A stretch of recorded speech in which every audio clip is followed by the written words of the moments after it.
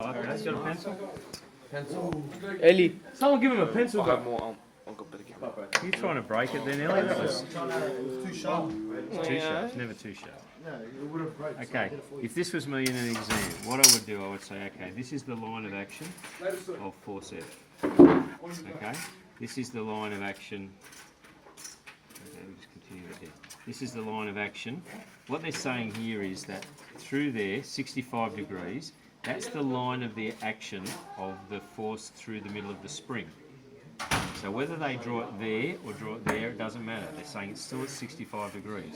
So they're basically saying that that line of action there is the same as the line of action through the middle of that spring. Okay, so that 65 degree line, I now follow that till I find the intersection point. When I find that intersection point, I then draw through the middle of the pivot point. That gives me that angle.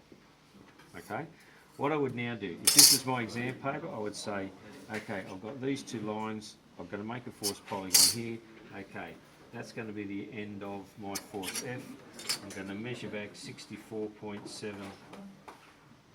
units along here, so that's going to be the start to the end point.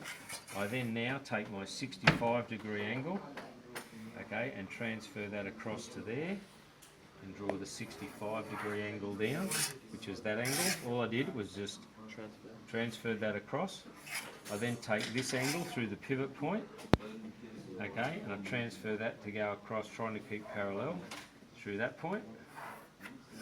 Okay, so now I've got, that's the force through P, and this is the force here through the spring.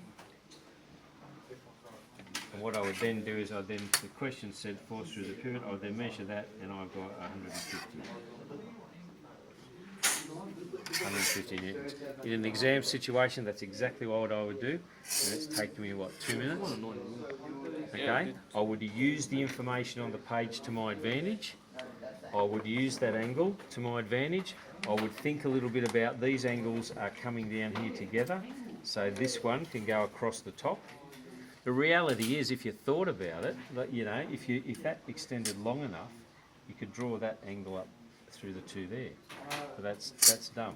You'd start with what you know, 64.7 this way, set it to that length, and then just transfer angle across, angle across.